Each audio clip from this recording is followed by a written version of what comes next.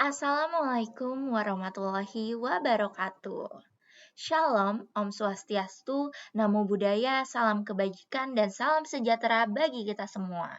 Yang terhormat Ibu Nimade Sriwardani, selaku dosen pengampu mata kuliah analisa laporan keuangan dan teman-teman AKT 4A yang saya banggakan. Perkenalkan, saya Feliciana Nova Salsabila dari kelas AKT 4A dengan NIM 230443114. Di sini saya akan mempresentasikan hasil analisis perusahaan Java Convet Indonesia Tbk di tahun 2023. Pada presentasi saya kali ini ada 7 pembahasan, yaitu yang pertama ada profil perusahaan, yang kedua ada CSR dan keberlanjutan, yang ketiga ada akun unik, yang keempat ada analisis horizontal, yang kelima ada analisis vertikal, yang keenam ada analisis rasio, dan yang terakhir ada kesimpulan. Kita langsung aja masuk ke pembahasan yang pertama, yaitu profil perusahaan.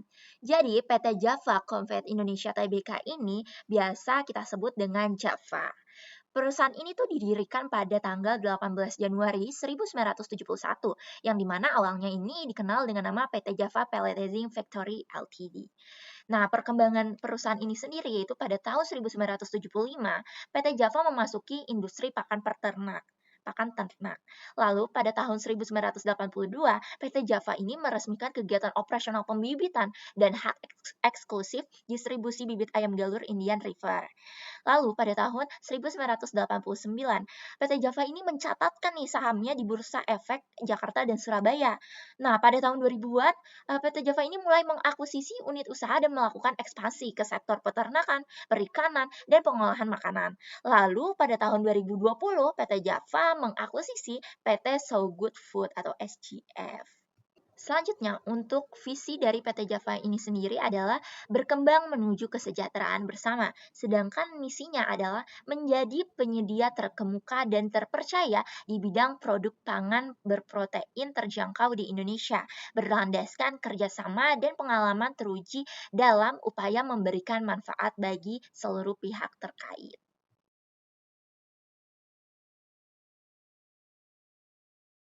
Selanjutnya kita masuk ke struktur perusahaan. Jadi PT Java ini merupakan sebuah perusahaan yang bergerak di berbagai bidang, seperti pada bidang pertanian, peternakan, perikanan, perindustrian, serta perdagangan umum dan jasa. Nah, perusahaan ini tuh memiliki berbagai anak perusahaan dan entitas usaha yang beroperasi di bidang-bidang tersebut. Nah, struktur organisasi grup perusahaan ini sendiri tuh mencakup berbagai unit bisnis yang terdiri dari produksi pakan ternak, peternakan ayam, pengolahan hasil perikanan, terus ada jasa pendukung seperti distribusi dan perdagangan. Nah, untuk kepemilikan saham PT Java ini tuh terbagi antara Java Ltd dan publik, yang dimana sejumlah anak perusahaan ini tuh berfokus di berbagai lini usaha perusahaan, yang dimana ini tuh menyebabkan perusahaan dapat membentuk suatu ekosistem bisnis yang terintegrasi dan saling mendukung nih dalam aktivitas utama perusahaan.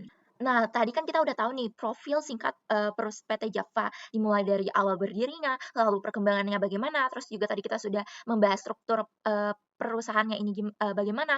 Nah, sekarang kita juga perlu tahu nih, produk apa aja sih yang dihasilkan oleh PT Java? Nah, beberapa produk yang dihasilkan PT Java ini sudah termasuk terkenal nih di kalangan masyarakat Indonesia. Nah, ada apa aja sih? Yuk kita langsung bahas. Yang pertama itu ada Sonice. Jadi Sonice itu adalah sosis siap saji dari daging sapi berkualitas yang praktis dan dapat dinikmati kapan saja. Nah, Sonice ini diproses secara modern dan sudah bersertifikasi halal. Nah, produk ini nih walaupun termasuk produk siap saji tetapi tetap bergizi dan rasanya juga tidak diragukan lagi kelezatannya. Lalu ada Real Good. Jadi Real Good ini adalah susu bergizi dari Boyolali nih yang diproses dengan teknologi UHT. Nah, teknologi UHT ini menjaga kesegaran dan menjaga kandungan nutrisinya. Nah, produk ini tuh mendukung tumbuh kembang anak dengan kualitas susu lokal terbaik. Lalu ada So Good. Jadi So Good ini menghadirkan aneka produk protein hewani berkualitas yang praktis dan bergizi. So Good ini tuh diproses secara higienis dan modern. Nah, So Good ini juga sudah bersertifikat halal dan produk ini tuh cocok untuk kebutuhan dapur keluarga hingga bisnis kuliner gitu. Selanjutnya ada Ichinoji. Jadi Ichinoji ini adalah memproduksi unagi kabayaki dari sidat atau belut nih yang berkualitas tinggi yang dimana dibudidayakan secara berkelanjutan. Nah, Ichinoji ini diproses secara higienis dengan teknologi Jepang. Jadi produk ini tuh kaya nutrisi dan ramah lingkungan. Lalu ada Olagut. Olagut ini menawarkan daging ayam probiotik yang sehat, rendah lemak dan kolesterol serta tinggi akan kolagen. Jadi Olagut ini tuh diproses di rumah potong bersertifikasi halal dan mengedepankan nutrisi dan kualitas segar nih untuk keluarga. Selanjutnya ada produk seafood lovers. Jadi seafood lovers ini memproduksi olahan seafood seperti otak-otak dan siomay dari tambak sendiri dengan memastikan kesegaran dan kualitasnya. Nah, produk ini tuh dibuat dengan standar keamanan pangan tinggi dan cocok nih untuk pasar domestik maupun ekspor. Selanjutnya ada Bifuteki. Jadi Bifuteki Wagyu Stick adalah daging wagyu premium nih dari Lampung dengan rasa juicy dan tekstur yang lembut. Nah, Bifuteki Wagyu Stick ini diproses secara higienis dan halal. Dan Bifuteki ini juga cocok nih bagi masyarakat yang pecinta steak berkualitas tinggi. Lalu ada juga Toba Tilapia. Nah, Toba Tilapia adalah ikan nila premium dari Danau Toba. Jadi namanya Toba Tilapia yang diambil ya dari Danau Toba. Nah, Toba Tilapia ini dibudidayakan secara alami dengan pakan berkualitas. Nah, hasilnya adalah daging ikan dengan tekstur dan rasa yang unggul. Selanjutnya ada Santori Beef. Nah, Santori Beef ini sendiri adalah produk daging sapi premium seperti bakso dan steak dengan tekstur khas dan rasa istimewa. Nah, Santori Beef ini diproses sesuai standar halal dan kualitas tinggi yang cocok untuk sajian keluarga maupun bisnis kuliner. Dan yang terakhir ada Tokusen. Jadi Tokusen ini sendiri adalah daging sapi wagyu premium yang dibesarkan dalam sistem peternakan terpadu dan diawasi nih secara ketat dengan marbling lemak yang merata dan tekstur yang lembut. Tokusen ini menghadirkan kemewahan kuliner khas Jepang. Nah, tadi kan kita udah tahu nih, apa aja sih beberapa produk yang dihasilkan oleh PT Java. Nah, sekarang kita masuk ke CSR yang dilakukan oleh PT Java. Jadi, yang pertama tuh sebagai produsen protein hewan nih, PT Java ini menjalankan program CSR yang dinamakan Java for Kids untuk mengedukasi anak-anak tentang pola makan bergizi seimbang dan hidup sehat. Nah, program ini tuh mencakup berbagai inisiatif seperti Promise atau Hari Bekal Sehat, lalu pemberian 1 telur per hari untuk anak bergizi kurang, pengadaan kantin sehat, praktik PHBS atau perilaku hidup bersih dan sehat, serta kegiatan Sabtu Sehat dan senam bersama. Nah, pendekatan ini diperkuat dengan pendampingan fasilitator, asesmen gizi siswa, pelibatan guru, orang tua, hingga puskesmas untuk menciptakan kebiasaan baik dan meningkatkan status gizi anak-anak secara berkelanjutan. Selanjutnya ada Klub Catur Java. Klub Catur ini tuh menjadi wadah bagi karyawan untuk meningkatkan kemampuan berpikir, mempererat hubungan antar pegawai, dan mendorong persaingan sehat melalui pelatihan rutin di beberapa unit kerja. Selain itu, klub ini juga berperan aktif dalam membina generasi muda dengan memberikan pendampingan catur di sekolah-sekolah, khususnya bagi peserta program Java for Kids. Nah, sejumlah siswa binaan bahkan telah meraih prestasi dan menjadi atlet catur yang dimana ini tuh mencerminkan komitmen PT Java dalam mendukung perkembangan catur nasional dan membawa nama Indonesia lebih berdaya saing di tingkat global. Lalu yang terakhir ada Java Peduli. Nah, sebagai perusahaan yang sadar akan keterbatasannya dalam mengatasi masalah sosial secara luas, perusahaan PT Java ini tuh tetap berupaya nih memberikan kontribusi melalui Java Peduli yang diluncurkan pada tahun 2005 sebagai bentuk kepedulian dan tanggung jawab sosial perusahaan. Nah, program ini tuh secara khusus menangani bantuan bencana alam dengan lebih terorganisir dan efisien. Nah, PT Java juga menjalin kerjasama dengan berbagai pihak serta melibatkan unit usaha di wilayah terdampak dalam koordinasi bersama BNPB dan pemerintah daerah. Tadi kan kita sudah membahas tentang CSR. Nah, sekarang kita akan membahas tentang keberlanjutan. Kan CSR tuh berkesinambungan ya dengan keberlanjutan. Jadi, sejak awal berdiri perusahaan PT Java ini, keberlanjutan tuh sudah menjadi bagian penting dari kegiatan operasional perusahaan. Jadi itu pada tahun 1971. Lalu pada tahun 2014, perusahaan tuh mulai melakukan pemantauan dan pelaporan kegiatan keberlanjutan nih secara resmi. Nah, pada tahun 2018, PT Java ini menerbitkan laporan keberlanjutan secara terpisah nih untuk menunjukkan komitmen komitmen terhadap keberlanjutan dalam operasional perusahaan. Nah, pada tahun 2019 dibentuklah Komite Keberlanjutan, lalu disusun rencana strategi keberlanjutan tahun 2019 sampai 2021, lalu diluncurkan sistem pelaporan keberlanjutan JSRS atau Java Sustainability Reporting System. Lalu juga yang terakhir dilakukan studi awal siklus hidup atau Life Cycle Assessment atau LCA untuk aktivitas peternakan unggas. Nah, pada tahun 2020, PT Java ini ikut nih sebagai penguji nih dalam proyek sosial LCA atau SLCA yang diinisiasi oleh PBB dan Social LC Alliance untuk menilai kontribusi terhadap peternak mitra unggas. Nah, pada tahun 2021, PT Java menerbitkan obligasi berbasis keberlanjutan atau Sustainability Linked Bond atau SLB pertama di dunia untuk industri agri-food dan pertama dalam bentuk USD di Asia Tenggara.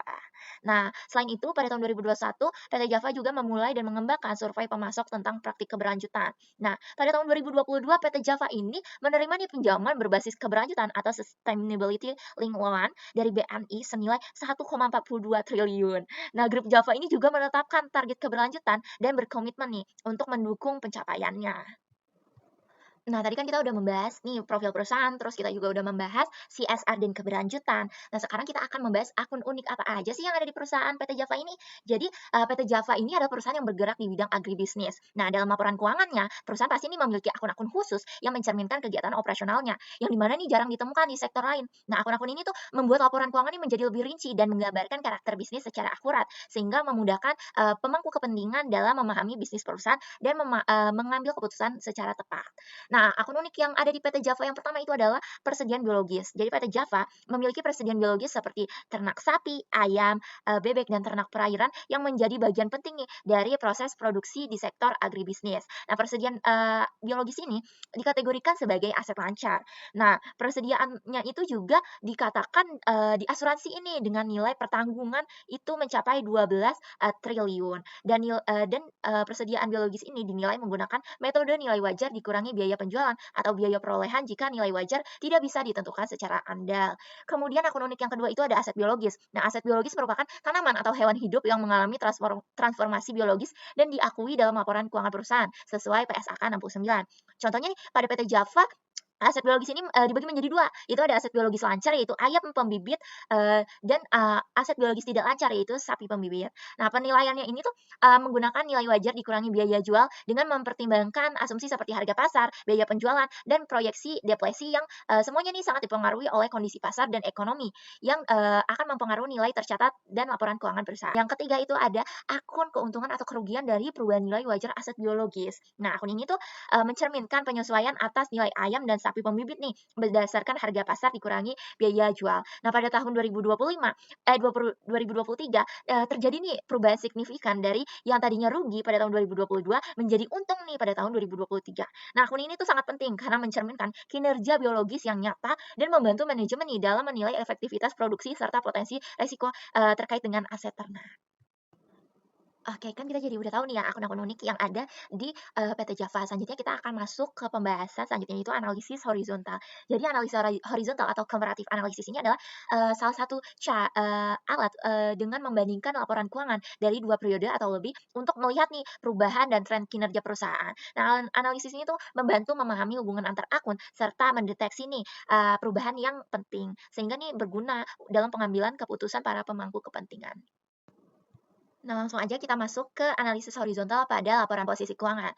Nah, saya mengambil yang pertama itu akun kas dan setara kas. Jadi, kas dan setara kas yang tercantum di laporan posisi keuangan PT Java ini terdiri dari kas, dana di bank, dan deposito jangka pendek dengan jangka waktu jatuh tempo maksimal 3 bulan sejak penempatan. Nah, berdasarkan analisis horizontalnya ini tuh, kas dan setara kas mengalami penurunan sebesar 17,03% dari tahun 2022 ke tahun 2023. Nah, penurunan kas dan setara kas ini terjadi karena saldo di bank dalam bentuk rupiah maupun dalam mata uang asing dan deposito berjangka nih mengalami penurunan. Hal ini tuh terjadi karena perusahaan menggunakan kasnya untuk membiayai operasional investasi dan membayar kewajiban terutama saat biaya bahan baku dan produksi ini meningkat. Tetapi harga jual produk belum bisa disesuaikan sepenuhnya. Jadi penurunan kas ini menunjukkan bagaimana perusahaan mengelola uangnya agar tetap lancar menghadapi tantangan sambil meminimalkan resiko.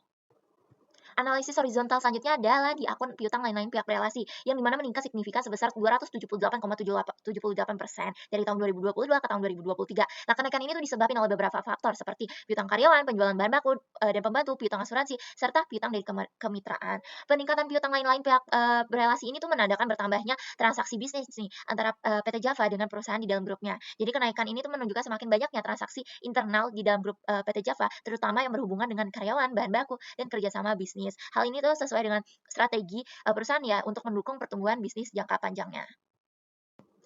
Akun yang ketiga pada laporan posisi keuangan ini adalah aset tetap neto. Jadi aset tetap neto ini secara analisis horizontal mengalami kenaikan sebesar 7,19% dari tahun 2022 ke tahun 2023. Nah, kenaikan ini tuh disebabkan oleh peningkatan investasi perusahaan dalam pembelian ataupun perbaikan aset tetap seperti mesin, peralatan, dan bangunan yang mendukung kegiatan operasional. Nah, seluruh aset tetap dari kategori kepemilikan langsung maupun aset dalam penyelesaian ini mengalami peningkatan nih pada tahun 2023 dan tidak ada sama sekali yang mengalami penurunan. Yang dimana hal ini tuh membuat total aset tetap mengalami kenaikan pada tahun 2023. Selain itu, kenaikan aset tetap ini juga dapat disebabkan oleh perusahaan yang melakukan berbagai langkah strategis dalam meningkatkan kapasitas produksi dan efisiensi, termasuk investasi pada sarana dan prasarana yang dibutuhkan. Nah, adanya peningkatan volume bisnis dan ekspansi di beberapa segmen usaha PT Java seperti peternakan komersial dan budidaya perairan juga nih mendorong kebutuhan penambahan aset tetap. Jadi kenaikan aset tetap ini tuh mencerminkan upaya perusahaan dalam memperkuat fondasi operasional dan mendukung pertumbuhan usahanya. Akun selanjutnya adalah uang muka dari pelanggan. Jadi, secara analisis horizontal, uang muka dari pelanggan ini mengalami kenaikan sebesar 61,17% dari tahun 2022 ke tahun 2023. Nah, kenaikan ini tuh dapat mencerminkan suatu kepercayaan pelanggan kepada perusahaan, sehingga lebih banyak yang melakukan pembayaran di muka sebelum menerima produk atau layanan. Selain itu, kenaikan uang muka ini menunjukkan adanya peningkatan volume pesanan atau kontrak jangka panjang yang memerlukan pembayaran terlebih dahulu secara besar. Nah, hal ini tuh menunjukkan bahwa perusahaan tuh mampu nih menjaga hubungan bisnis yang baik dengan pelanggan dan mengelola arus kas dengan lebih stabil melalui penerimaan uang muka yang lebih tinggi. Nah, selanjutnya ada akun tambahan modal di setor neto. Jadi, secara analisis horizontal, tambahan modal di setor neto ini mengalami kenaikan sebesar 0,20% dari tahun 2022 ke tahun 2023. Kenaikan ini tuh disebabkan oleh adanya penjualan saham treasury. Nah, pada tahun 2023 yang dimana ini tuh diakui nih sebagai bagian dari tambahan modal di setor sesuai dengan metode penyatuan kepentingan dan kebijakan akuntansi perusahaan. Nah, kenaikan tersebut tuh mencerminkan strategi perusahaan dalam mengelola ekuitas melalui transaksi saham treasury tanpa mempengaruhi laba rugi yang menunjukkan kemampuan perusahaan dalam memperkuat struktur modalnya secara hati-hati dan berkelanjutan. Hal ini tuh juga menandakan adanya pengelolaan keuangan yang mendukung pertumbuhan perusahaan ke depan. Nah, selanjutnya kita masuk ke analisis horizontal pada laporan laba rugi. Yang pertama ini pada akun penjualan neto. Nah, secara analisis horizontal, total penjualan netonya ini tuh mengalami kenaikan sebesar 4,50% dari tahun 2022 ke tahun 2023. Nah, kenaikan ini tuh tercermin dari meningkatnya penjualan pada segmen peternakan komersial dan pengolahan hasil peternakan serta produk konsumen yang dimana pertumbuhan volume penjualan ayam broiler ini menjadi pendorong utamanya. Nah, walaupun pada segmen lain seperti pakan ternak, budidaya perairan, pembibitan unggas, serta perdagangan dan lain-lain, ini justru mengalami penurunan. Namun, kontribusi dari dua segmen yang tadi mengalami kenaikan ini tuh mampu menutupi atau mengcover penurunan yang terjadi di segmen lainnya. Nah, hal ini tuh menunjukkan kalau perusahaan ini masih dapat bersaing dan produknya ini tetap banyak dicari di pasar, terutama untuk produk yang sudah diolah. Perusahaan juga nih fokus ke bisnis yang lebih menguntungkan. Selanjutnya kita akan masuk ke akun beban pokok penjualan. Jadi secara analisis horizontal, beban pokok penjualannya ini mengalami kenaikan sebesar 5,75% dari tahun 2022 ke tahun 2023. Nah, kenaikan ini tuh disebabkan oleh meningkatnya biaya bahan baku yang digunakan seiring dengan peningkatan volume produksi perusahaan serta adanya kenaikan harga bahan baku nih di tahun 2023. Nah, selain itu terdapat juga nih kenaikan pada komponen lain seperti pada biaya tenaga kerja langsung, biaya pabrikasi, dan beban pokok produksi lainnya. Nah, persediaan barang jadi yang meningkat nih juga ikut memberikan kontribusi terhadap total beban pokok penjualan. Nah, hal ini tuh mencerminkan bahwa perusahaan ini mengalami pertumbuhan kegiatan operasional yang memerlukan biaya produksi lebih besar. Namun, ini tuh juga mengindikasikan adanya peningkatan permintaan pasar terhadap produk perusahaan. Selanjutnya adalah akun laba bruto. Jadi akun laba brutonya ini tuh mengalami penurunan sebesar 2,24%. Nah, penurunan ini tuh mencerminkan bahwa walaupun perusahaan berhasil meningkatkan penjualan netonya yang tadi sebesar 4,50%, namun kenaikan beban pokok penjualan ini justru lebih signifikan sebesar 5,75%. Hal ini tuh nyebabin laba bruto perusahaan ini mengalami penurunan dan menunjukkan nih perusahaan, dalam pengelolaan biaya produksinya tuh belum optimal, sehingga pertumbuhan penjualan ini tuh nggak diimbangin dengan kontrol biaya yang sepadan. Nah, penurunan laba bruto ini juga mencerminkan adanya tekanan terhadap profitabilitas perusahaan, yang di mana nih bisa menjadi sinyal nih bagi manajemen untuk lebih fokus nih dalam pengendalian biaya produksi ke depannya. Selanjutnya adalah Selanjutnya akun ada, beban penjualan dan pemasaran. proporsi laba Jadi usaha akun beban terhadap penjualan dan penjualan. pemasaran Jadi ini mengalami proporsi kenaikan juga laba nih sebesar usahanya ini itu mengalami 15,06% dari tahun penurunan dari yang tadinya 2022 ke tahun 2023. 5,62% Nah, kenaikan menjadi itu mencerminkan adanya peningkatan 4,31%. biaya pada Nah, hampir penurunan seluruh ini tuh komponen sejalan dalam dengan kelompok beban analisis penjualan dan pemasaran, horizontalnya yang nunjukin kecuali bahwa laba untuk usaha tuh komponen menurun listrik dan sebesar air serta keperluan kantor yang justru mengalami 19,74%. penurunan. Nah, hal Nah, ini hal tuh ini tuh mencerminkan bahwa mencerminkan perusahaan bahwa semakin walaupun aktif nih dalam penjualannya kegiatan meningkat, distribusi tetapi dan perusahaan tuh promosi menghadapi produknya, kenaikan yang di beban mana dilakukan operasional untuk seperti beban menjaga penjualan dan atau pemasaran, memperluas pangsa beban pasar di umum tengah dan persaingan dan administrasi, tantangan serta, ekonomi. Nah, kenaikan ini beban juga lainnya mencerminkan yang lebih bahwa perusahaan nih tinggi, berinvestasi sehingga gitu membuat lebih besar laba pada usaha aspek ini penjualan mengalami sebagai upaya nih penurunan. mempertahankan Hal ini tuh volume penjualan menunjukkan dan adanya meningkatkan suatu tekanan pasarnya. biaya yang cukup signifikan Selanjutnya yang dimana adalah dapat akun beban mengurangi penjualan dan efisiensi pemasaran. Jadi operasional akun perusahaan beban di penjualan tengah dan pemasaran ini fluktuasi mengalami kenaikan juga pendapatan. nih sebesar.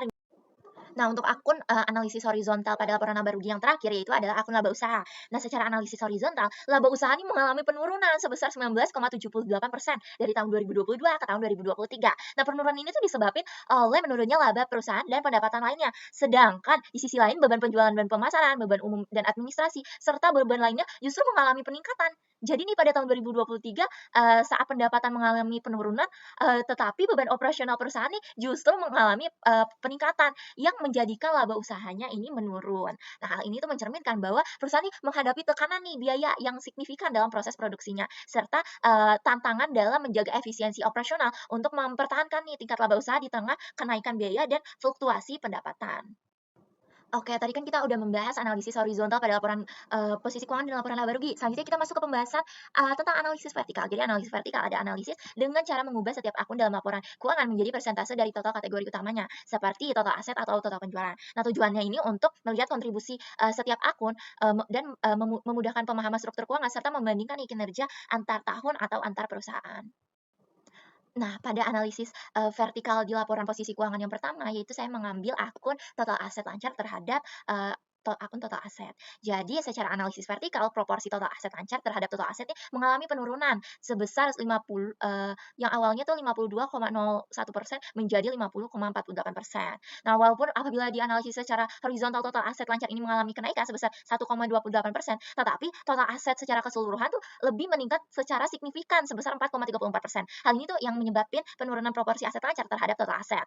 Nah, penurunan proporsi ini tuh mencerminkan bahwa perusahaan mulai menempatkan porsi investasi yang lebih besar pada aset tidak lancar, aset tidak lancarnya, sebagai upaya perusahaan ini dalam memperkuat struktur aset jangka panjang untuk mendukung pertumbuhan berkelanjutan. Nah, penurunan proporsi ini juga menunjukkan adanya pergeseran strategi perusahaan dari likuiditas jangka pendek menjadi penguatan aset produktif jangka panjang. Selanjutnya adalah analisis vertikal untuk proporsi total aset tidak lancar terhadap total aset. Nah, ini tuh mengalami kenaikan dari yang awalnya 47,99% menjadi 49,52% pada tahun 2023. Nah, kenaikan proporsi ini tuh sejalan dengan analisis horizontal yang menunjukkan total aset tidak lancar mengalami peningkatan sebesar 7,66% dari tahun 2022 ke tahun 2023. Nah, kenaikan ini juga didorong oleh pertumbuhan beberapa komponen aset tidak lancar seperti aset tetap, properti investasi, serta kenaikan signifikan pada aset derivatif dan uang muka pembelian aset tetap. Peningkatan proporsi aset tidak lancar ini mencerminkan bahwa perusahaan terus berinvestasi dan mengelola aset jangka panjangnya secara aktif untuk mendukung pertumbuhan serta menjaga kelangsungan usaha secara berkelanjutan. Selanjutnya adalah, proporsi total, liabilitas jangka pendek terhadap total liabilitas dan ekuitas, yang di mana ini tuh mengalami kenaikan dari yang awalnya sebesar 28,79% menjadi 31,32%. Nah, kenaikan proporsi ini tuh sejalan dengan analisis horizontal yang menunjukkan bahwa total liabilitas jangka pendek ini tuh meningkat lebih signifikan, sebesar 13,51% dibanding total liabilitas dan ekuitas yang hanya mengalami kenaikan sebesar 4,34%. Nah, peningkatan proporsi ini tuh mencerminkan adanya peningkatan kewajiban jangka pendek perusahaan yang lebih signifikan dibanding dengan pertumbuhan keseluruhan sumber pembiayaan karena kebutuhan modal kerja yang lebih tinggi dan peningkatan aktivitas operasional perusahaan. Nah, hal ini juga menandakan bahwa perusahaan ini mengelola kewajiban jangka pendeknya untuk mendukung pertumbuhan di tengah perubahan pasar. Selanjutnya ada proporsi total liabilitas jangka panjang terhadap total liabilitas dan ekuitas. Nah, proporsinya ini tuh mengalami penurunan dari yang awalnya 29,44% menjadi 27,14% di tahun 2023. Nah, penurunan proporsi ini tuh sejalan dengan analisis horizontalnya yang menunjukkan bahwa total liabilitas jangka panjang ini mengalami penurunan sebesar 3,80%. Nah, penurunan proporsi ini juga mencerminkan upaya perusahaan dalam mengelola struktur pendanaan dengan mengurangi ketergantungan pada pembiayaan jangka panjang dan mengandalkan sumber dana jangka pendek, serta modal untuk mendukung kegiatan operasional dan ekspansi yang dilakukan perusahaan. Selanjutnya ada ekuitas neto terhadap, total liabilitas dan ekuitas. Jadi proporsi ekuitas neto terhadap total liabilitas dan ekuitas ini mengalami penurunan dari yang tadinya 41,77% menjadi 41,53%. Penurunan ini tuh mencerminkan bahwa total liabilitas dan ekuitas nih meningkat, signifikan sebesar 4,34% dibandingkan ekuitas neto yang hanya meningkat 3,75% saja. Nah, penurunan proporsi ekuitas neto terhadap total liabilitas dan ekuitas ini tuh mencerminkan strategi perusahaan untuk memperkuat pembiayaan jangka pendeknya dalam mendukung operasional, sedangkan pertumbuhan laba, tetap, harus dijaga dengan kenaikan ekuitas yang positif. Selanjutnya masuk ke analisis vertikal pada laporan laba rugi. Nah, untuk yang pertama itu adalah proporsi beban pokok penjualan terhadap penjualan. Jadi secara analisis vertikalnya ini, proporsinya ini mengalami kenaikan yang tadinya 84,31% menjadi 85,32% pada tahun 2023. Nah, kenaikan ini tuh sejalan dengan analisis horizontalnya yang menunjukkan bahwa beban pokok penjualan emang meningkat signifikan sebesar 5,75% dibanding total penjualan neto yang hanya mengalami kenaikan sebesar 4,50%. Nah, dari kenaikan proporsi ini tuh dilihat bahwa perusahaan ini menghadapi tekanan biaya produksi yang meningkat dari sisi bahan baku, tenaga kerja langsung, dan biaya pabrikasi lainnya yang naik lebih cepat daripada peningkatan penjualannya. Nah, kenaikan proporsi ini juga menandakan aktivitas operasional perusahaan yang berkembang dan permintaan pasar yang meningkat terhadap produk perusahaan. Nah, perusahaan tuh harus lebih efisien dalam mengelola biaya produksi agar profitabilitas dapat tetap terjaga walaupun volume produksinya itu bertambah. Selanjutnya itu adalah proporsi laba bruto terhadap penjualan. Jadi, proporsinya ini tuh, mengalami penurunan dari yang tadinya 15,69% menjadi 14,68% di tahun 2023. Nah, penurunan ini tuh sejalan dengan analisis horizontalnya yang nunjukin bahwa laba bruto nih mengalami penurunan sebesar 2,24%, sedangkan penjualan neto justru meningkat 4,50%. Penurunan proporsi laba bruto ini tuh mencerminkan bahwa, walaupun perusahaan berhasil meningkatkan penjualan, tetapi tekanan terhadap profitabilitas tuh masih tetap ada dan perusahaan tuh perlu meningkatkan kontrol atas biaya produksi agar laba brutonya ini dapat tumbuh seimbang dengan penjualannya. Selanjutnya ada proporsi beban penjualan dan pemasaran terhadap, penjualan. Jadi secara analisis vertikal proporsinya itu mengalami kenaikan yang tadinya 3,70% menjadi 4,07% pada tahun 2023. Nah, kenaikan proporsi ini tuh sejalan dengan analisis horizontal yang menunjukkan bahwa beban penjualan dan pemasaran ini, mengalami kenaikan yang signifikan sebesar 5,06% dibandingkan dengan penjualan neto yang hanya meningkat sebesar 4,50%. Jadi hal ini tuh nyerminin bahwa perusahaan ini lebih aktif dalam melakukan kegiatan distribusi dan promosi produk untuk mempertahankan dan memperluas pangsa pasar di tengah persaingan dan tantangan ekonominya. Selanjutnya ada, proporsi beban umum dan administrasi terhadap penjualan. Jadi secara analisis vertikal proporsinya itu mengalami penurunan dari yang tadinya 6,18% yang tadinya 6,27% menjadi 6,18% di tahun 2023. Nah, penurunan ini tuh sejalan dengan analisis horizontalnya yang nunjukin bahwa, total penjualan tuh lebih meningkat signifikan 4,50% dibandingkan beban umum dan administrasi yang hanya mengalami kenaikan sebesar 3,07%. Nah, penurunan proporsi ini tuh nyerminin bahwa perusahaan mampu mengelola pengeluaran administrasi dengan lebih baik dan menjaga efisiensi biaya di tengah pertumbuhan penjualan, sehingga proporsi beban umum dan administrasi terhadap penjualan dapat menurun. Selanjutnya ada, proporsi laba usaha terhadap penjualan. Jadi proporsi laba usahanya ini tuh mengalami penurunan dari yang tadinya 5,62% menjadi 4,31%. Nah, penurunan ini tuh sejalan dengan analisis horizontalnya yang nunjukin bahwa laba usaha tuh menurun sebesar 19,78%. Nah, hal ini tuh mencerminkan bahwa walaupun penjualannya meningkat, tetapi perusahaan tuh menghadapi kenaikan beban operasional seperti beban penjualan dan pemasaran, beban umum dan administrasi, serta, beban lainnya yang lebih tinggi, sehingga membuat laba usaha nih mengalami penurunan. Hal ini tuh menunjukkan adanya suatu tekanan biaya yang cukup signifikan yang di mana dapat mengurangi efisiensi operasional perusahaan di tengah fluktuasi pendapatan. Selanjutnya kita masuk ke pembahasan tentang analisis rasio. Jadi analisis rasio ini digunakan sebagai alat untuk memberikan informasi yang berguna untuk mengevaluasi hasil usaha, mengidentifikasi risiko, serta membandingkan antara kinerja perusahaan dengan periode sebelumnya atau dengan kinerja perusahaan lain yang dalam industri yang sama. Langsung aja kita masuk ke analisis rasio yang pertama yaitu current ratio atau, rasio lancar. Jadi, rasio lancar dari PT Java ini mengalami penurunan yang dari tadinya 1,81 pada tahun 2022 menjadi 1,61. Ini tuh disebabkan oleh kenaikan liabilitas jangka pendek yang lebih besar dibandingkan kenaikan aset lancarnya. Nah, aset lancar perusahaan perusahaan tuh meningkat sebesar 1,28%, namun total liabilitas jangka, pendeknya tuh, meningkat lebih signifikan sebesar 13,51% pada periode yang sama. Nah, liabilitas jangka pendek ini meningkat disebabkan oleh kenaikan utang usaha pihak berelasi, utang usaha pihak ketiga, utang bank jangka pendek, utang lain-lain pihak ketiga, beban akrual, uang muka dari pelanggan dan lain-lain. Nah, hal ini tuh menyebabkan likuiditas perusahaan ini mengalami pelemahan yang ditunjukkan oleh cakupan aset lancar pada kewajiban lancar yang lebih rendah dan, peningkatan resiko jika terjadi tekanan, keuangan. Walaupun perusahaan ini masih dapat memenuhi kewajiban jangka pendeknya, namun likuiditas yang melemah ini dapat membatasi fleksibilitas nih keuangan, mengurangi kemampuan perusahaan dalam memanfaatkan peluang bisnis, memperoleh diskon pembayaran, serta menjalankan strategi manajemen. Nah, standar rasio lancar yang ideal tuh 2 banding 1, yang di mana bisa disimpulkan bahwa rasio lancar PT Java ini berada di bawah standar yang dianggap baik. Nah, rasio yang terlalu tinggi juga tidak selalu menguntungkan karena dapat mencerminkan penggunaan aset yang kurang efisien. Oleh karena itu, perusahaan perlu menjaga keseimbangan antara likuiditas dan efisiensi aset untuk memastikan kestabilan keuangan dan operasionalnya. Selanjutnya ada, cash ratio. Jadi cash ratio PT Java ini menurun dari yang tadinya 0,19 menjadi 0,14 pada tahun 2023. Nah, hal ini tuh disebabkan karena kas dan setara kas yang berkurang sebesar 17,03%, sedangkan liabilitas jangka pendeknya justru naik sebesar 13,51%. Nah, penurunan kas ini terjadi karena, perusahaan memakai uang tunainya untuk membiayai operasional, investasi dan membayar utang, terutama pada saat, biaya bahan baku nih naik, tapi harga penjualan tuh belum sepenuhnya disesuaikan. Nah, penurunan rasio ini tuh nyerminin bahwa ketersediaan kas perusahaan untuk membayar utang jangka pendeknya menurun, di mana likuiditasnya perusahaan ini menjadi lebih ketat. Namun hal ini juga, bisa menjadi sinyal bahwa, menjadi sinyal upaya perusahaan dalam mengelola kasnya dengan hati-hati, gitu.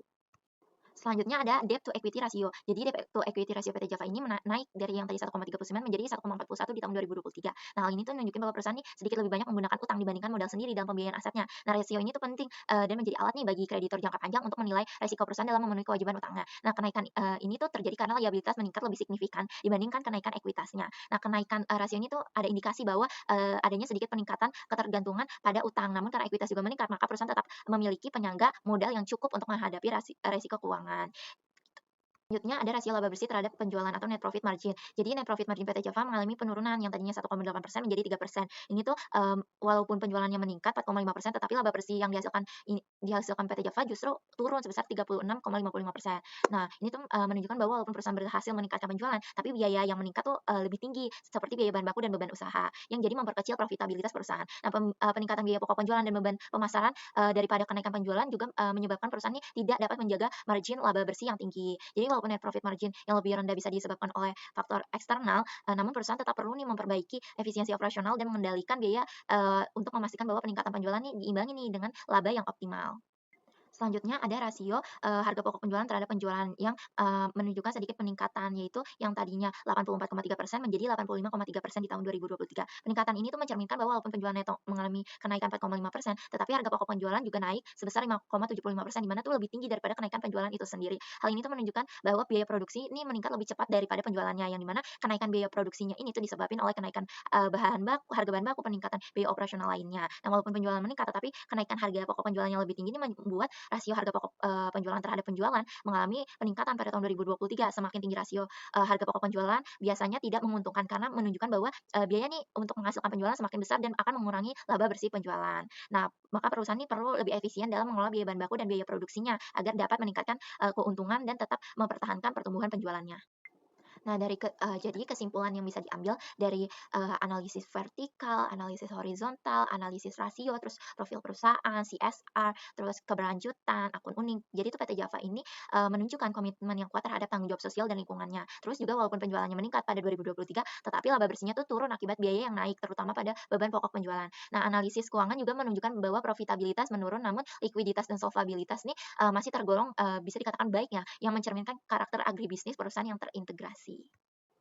Kurang lebihnya mohon maaf apabila ada salah kata ataupun, perbuatan yang saya lakukan selama presentasi. Saya mohon maaf. Terima kasih sudah menyimak videonya.